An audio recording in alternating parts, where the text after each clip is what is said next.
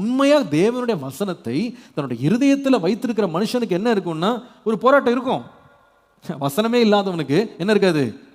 போராட்டமே இருக்காதுங்க. ஒரு போராட்டம் இருக்காது. நிறைய பேர் தங்களுடைய கெரியருக்காக எவ்வளோ படிச்சிருக்காங்க, எவ்வளோ ட்ரைனிங் போகிறாங்க, எவ்வளோ பாடங்களை படிக்கிறாங்க. ஆனால் உங்கள் வருங்கால வாழ்க்கையை பரிசுத்தமாக வாழ்கிறதுக்கு வேத வசனத்தை படிச்சிருக்கீங்களா? நம்ம என்ன சம்பாதிச்சாலும், என்ன சாதிச்சாலும், என்ன வாங்கினாலும், விற்றாலும், என்ன கொண்டாலும் உலகத்தோட போகுது. நமக்கு ஒரு நித்திய வீடுன்னு ஒன்று இருக்குது. அந்த இடத்துக்கு போனால் பரிசுத்தம் இல்லாமல் நம்ம தேவனை தரிசிக்க முடியாது. அப்போ நம்ம இந்த உலகத்தில் ஒரு 50 வருஷம் 20 வருஷம் 30 வருஷம் வேலை செய்கிறதுக்கு இவ்வளோ படிச்சிருக்கோமே, இதில் நேவிகேட் பண்ணுறதுக்கு நம்ம இவ்வளோ தெரிஞ்சு வச்சுருக்கிறோம்.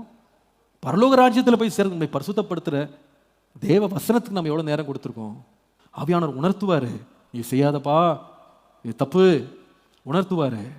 வசனம் இல்லாமல் நீங்கள் உலகத்தினுடைய சகல ஞானத்தையும் படித்து வச்சுருந்தாலும், நீங்கள் என்ன ஃபிலாசபி படிங்க, பாவத்தை பார்க்கும்போது உங்களுக்கு பயமே வராது.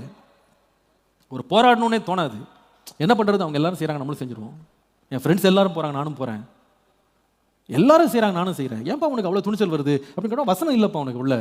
உள்ள வசனம் மட்டும் இருந்துச்சுன்னா உங்கள் அப்பா அம்மா பக்கத்தில் இருக்க வேண்டிய அவசியமே இல்லை, உங்கள் டீச்சர் பக்கத்தில் இருக்கணும் அவசியம் இல்லை, யாரும் உன்னை கண்காணிக்கணும் அவசியம் இல்லை. உள்ளே இருக்கிற வசனம் உள்ளேருந்து அப்படியே பேசும்.